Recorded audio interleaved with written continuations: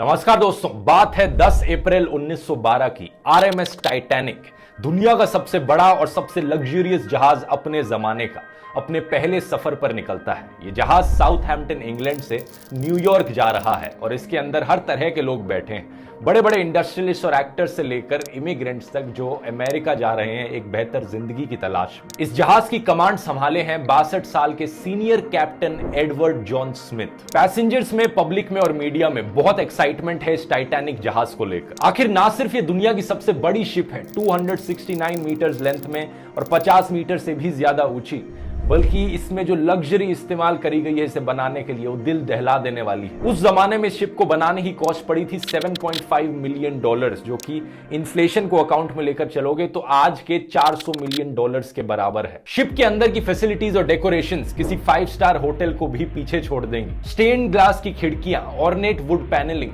2 बड़े बड़े grand staircases, एक heated swimming pool, Turkish bath, electric bath, एक जिम, एक स्क्वॉश कोर्ट, 4 रेस्टोरेंट्स, 2 बार्बर की दुकानें और एक लाइब्रेरी भी। और तो और जिस तरह के सेफ्टी फीचर्स का इस्तेमाल किया गया था टाइटैनिक को बनाने में, इस जहाज को अनसिंकेबल माना जाता था। ये एक ऐसी शिप है जो कभी डूब ही नहीं सकती क्योंकि इतनी सेफ है ये। व्हाइट स्टार लाइन उस कंपनी का नाम था जिसने इस टाइटैनिक जहाज को बनाया था। इस कंपनी के वाइस प्रेसिडेंट इतने कॉन्फिडेंट थे इस चीज को लेकर, उन्होंने पब्लिक के सामने आकर ओपनली कहा था ये जहाज अनसिंकेबल है। लेकिन अपने पहले सफर पर रवाना होने के सिर्फ 2 ही दिन बाद 12 अप्रैल 1912 को टाइटैनिक को अपनी पहली आइस वार्निंग्स मिलने लग जाती है।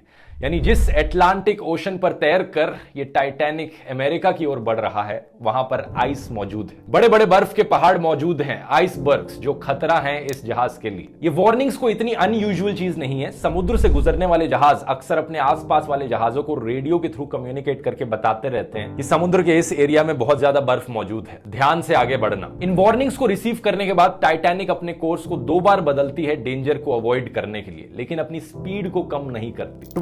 21.5 नॉट्स, जो कि 40 किलोमीटर पर आवर के बराबर होता है, इतनी ही तेजी से ये जहाज आगे बढ़ता रहता है अपने लक्ष्य की ओर। 2 दिन बाद 14 अप्रैल 1912 7 और आइस वार्निंग्स दी जाती हैं, लेकिन कैप्टन स्मिथ और उनके क्रू इन वार्निंग्स को इग्नोर कर देते हैं। टाइटैनिक की रफ्तार कम नहीं करते। धीरे धीरे सूरज ढल जाता है, रात हो जाती है, तापमान नीचे गिरता है। इस 14 अप्रैल की रात के बारे में खास बात यह है कि चांद बाहर नहीं आया था। बिना मून के कोई मूनलाइट नहीं थी, तो विजिबिलिटी बहुत कम थी इस रात को। जहाज के ऊपर एक क्रोज नेस्ट होता है, एक छोटा सा प्लेटफॉर्म जो काफी हाइट पर होता है, लुकआउट पॉइंट कह सकते हो। यहां पर किसी को बिठाकर रखा जाता है हमेशा, ताकि सामने जहाज के क्या आ रहा है वो नजर रखते रहे, कहीं कोई ट्रैफिक तो नहीं, कहीं कोई ऑब्स्ट्रक्शंस तो नहीं आ रही हैं। तो जो बंदा इस जगह पर बैठा था उसे बड़ी ही ठंड का सामना करना पड़ता है। बहुत तेज रफ्तार से ठंडी हवाएं बह रही थी, ऊपर से रात का समय था और ठंडी हवाओं की वजह से आंखों से आंसू भी आने लग जाते हैं, जिससे आगे देखना और भी मुश्किल हो जाता है। रात के 11:39 फ्रेडरिक फ्लीट नाम का एक बंदा इस क्रोज नेस्ट में बैठा है।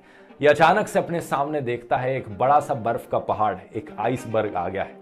जल्दी से 3 बार घंटी को बजाता है ताकि नीचे बैठे हुए लोग सुन सके। फिर फोन उठाकर कॉल करता है ऑफिसर्स को ब्रिज पर, चिल्लाकर कहता है सामने हमारे एक आइसबर्ग है, जल्दी से जहाज को मोड़ो। फर्स्ट ऑफिसर विलियम ब्रिज पर बैठे इस इंस्ट्रक्शन को सुनते हैं और इंजन रूम को संदेश देते हैं कि जहाज को लेफ्ट डायरेक्शन में मोड़ दो। लेकिन अनफॉर्चुनेटली बहुत लेट हो चुका है। सिर्फ 1 मिनट बाद 11:40 जहाज जाकर इस आइसबर्ग से टकरा जाता है।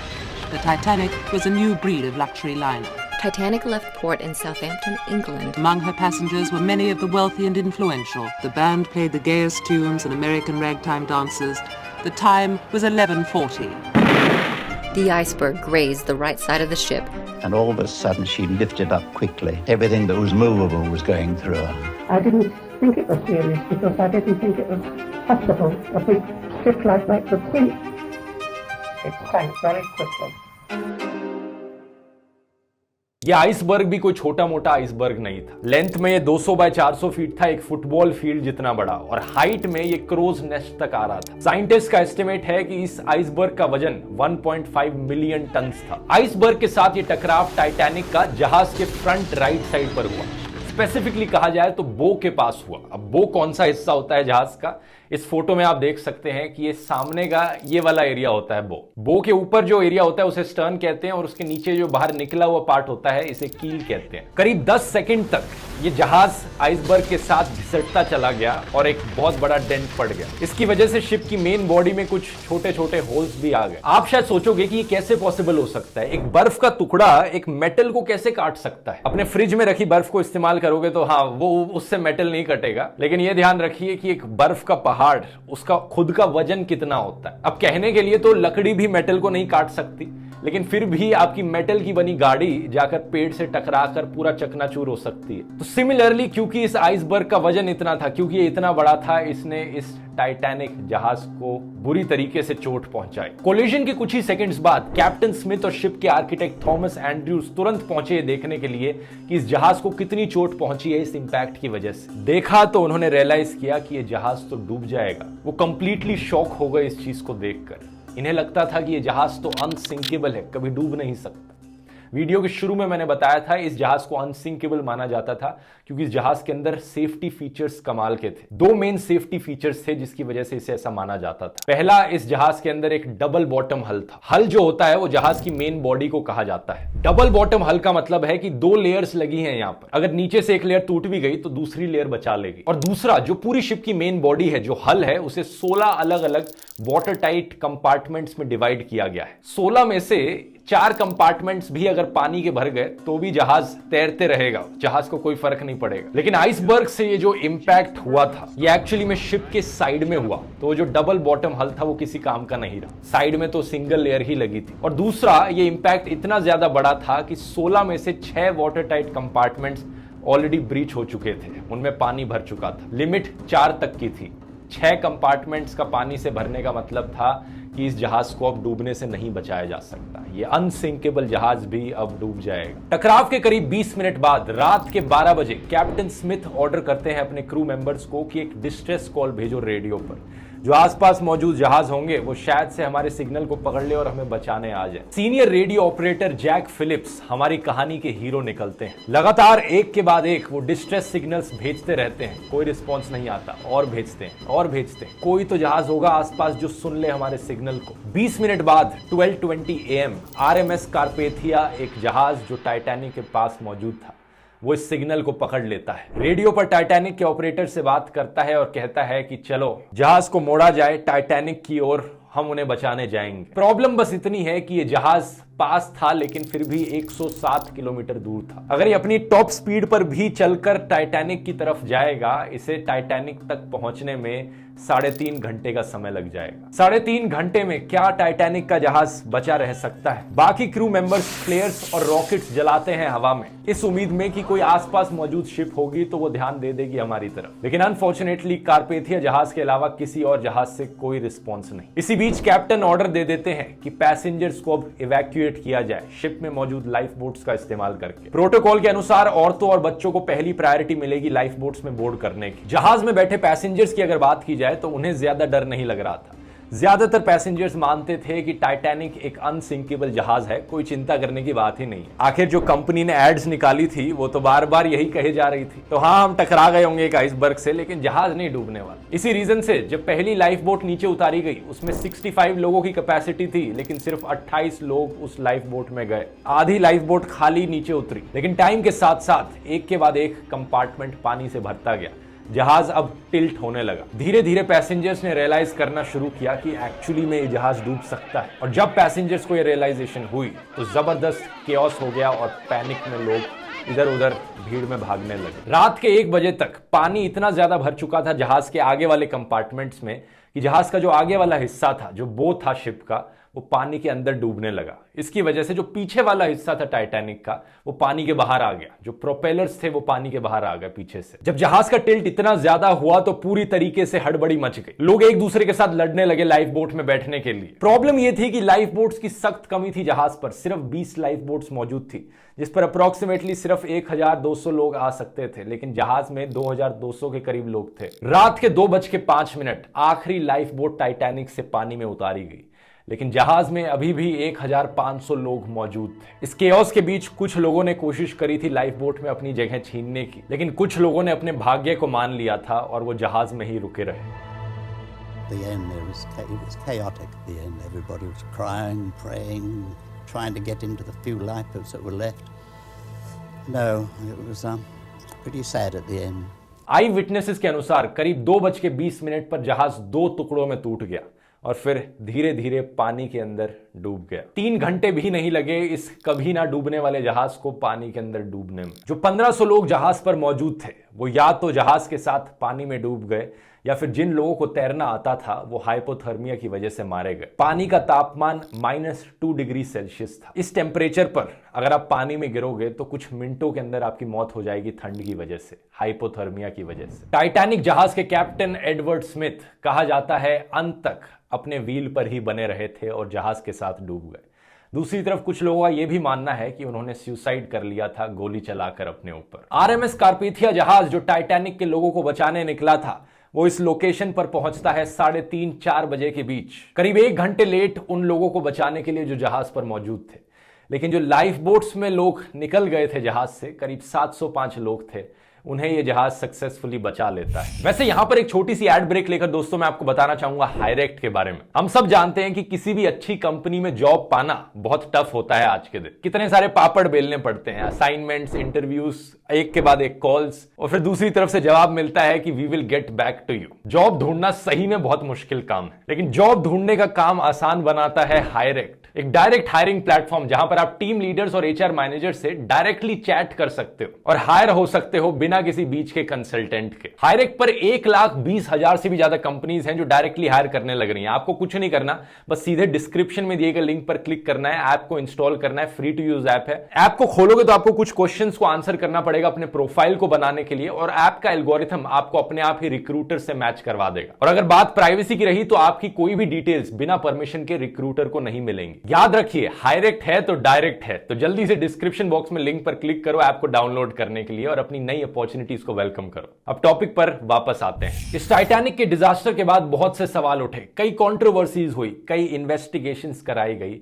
और कुछ ऐसी अनजान बातें सामने आई जिसको लेकर सब लोग शॉक्ड रह गए। कैसा लगेगा दोस्तों अगर मैं आपसे कहूं कि उस रात एक और जहाज मौजूद था टाइटैनिक से सिर्फ 37 किलोमीटर दूर, जो टाइम पर पहुंच सकता था टाइटैनिक में बैठे पैसेंजर्स को बचाने के लिए। यह बात सच है। उस जहाज का नाम था SS कैलिफोर्नियन। टाइटैनिक के आइसबर्ग से टकराने से सिर्फ 1 घंटे पहले आखिरी मैसेज आइसबर्ग की वार्निंग का SS कैलिफोर्नियन की तरफ से ही आया था।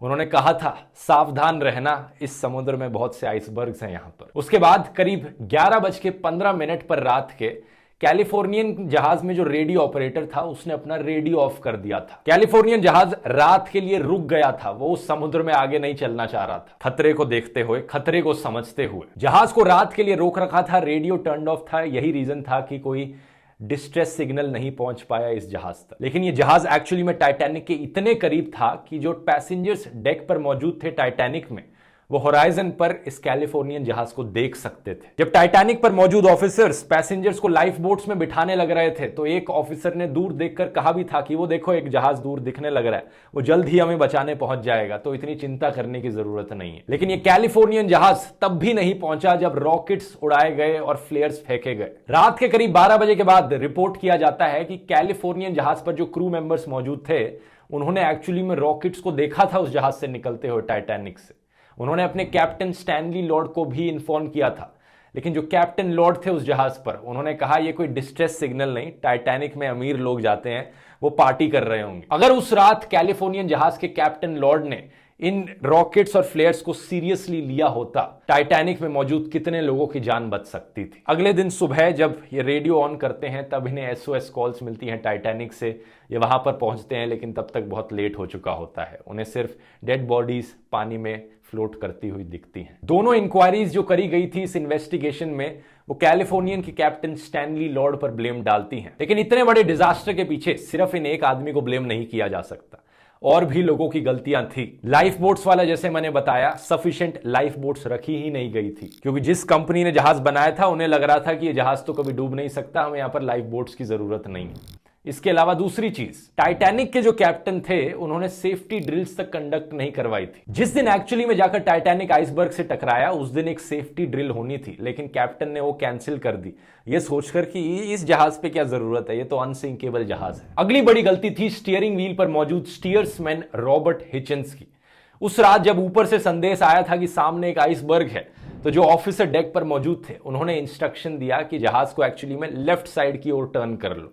लेकिन पैनिक में आकर रॉबर्ट हिचिंस ने इस मैसेज को मिसअंडरस्टैंड कर लिया और उन्होंने जहाज को राइट की तरफ मोड़ दिया। ये उल्टी डायरेक्शन थी, ये आइसबर्ग के और करीब ले जा रही थी। जब तक इन्होंने अपनी गलती रियलाइज करी तब तक बहुत लेट हो चुका था। ब्रिटिश इंक्वायरी ने यह भी पता लगाया कि टाइटैनिक को इतनी सारी वार्निंग्स दी गई थी कि आइसबर्ग है इस जगह पे, आराम से चलो, ध्यान रखकर चलो, लेकिन फिर भी ये फुल स्पीड पर आगे बढ़े जा रहा था जहाज। ऐसा क्यों था? क्यों कैप्टन ने यहां पर स्पीड को धीरे नहीं किया? इसके पीछे कई थ्योरीज बताई जाती हैं। एक पॉपुलर थ्योरी सजेस्ट करती है कि जोसेफ ब्रूस, जो कि चेयरमैन और मैनेजिंग डायरेक्टर थे व्हाइट स्टार लाइन के, जो जिस कंपनी ने टाइटैनिक को बनाया था, उन्होंने कैप्टन स्मिथ को इन्फ्लुएंस किया कि शिप की रफ्तार कम नहीं होनी चाहिए, प्रेशर बनाए रखा। कंपनी की तरफ से यहां पर जबरदस्त प्रेशर था कि इस जहाज को अपनी पहली जर्नी को सिर्फ 6 दिन में ही कंप्लीट करना है, ताकि एक रिकॉर्ड टूट सके। हम ये दिखा सकें कि जहाज टाइटैनिक ना सिर्फ सबसे महंगा, सबसे बड़ा, बल्कि सबसे तेज जहाज भी है। एक ऐसा स्पेसिफिक इंसिडेंट हुआ था 14 अप्रैल को दोपहर को 2 बजे, जब कैप्टन स्मिथ ने आइस वार्निंग को देखा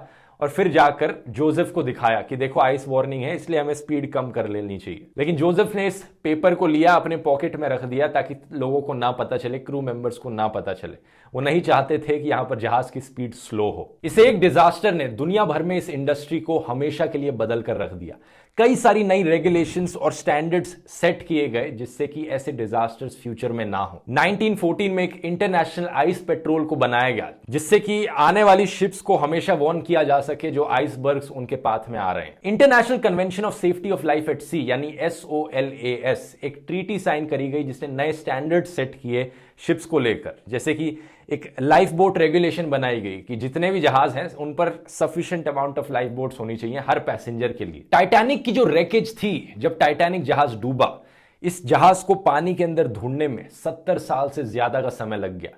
ये सिर्फ सितंबर 1985 में ही था कि एक American ocean explorer Robert ballot और एक फ्रेंच ओशियानोग्राफर, इन्होंने जाकर टाइटैनिक को समुद्र के नीचे ढूंढा। समुद्र के नीचे 3800 मीटर यानी 3.8 किलोमीटर नीचे इसकी रैकेज पाई गई। 2 अलग अलग टुकड़े मिले इस शिप के।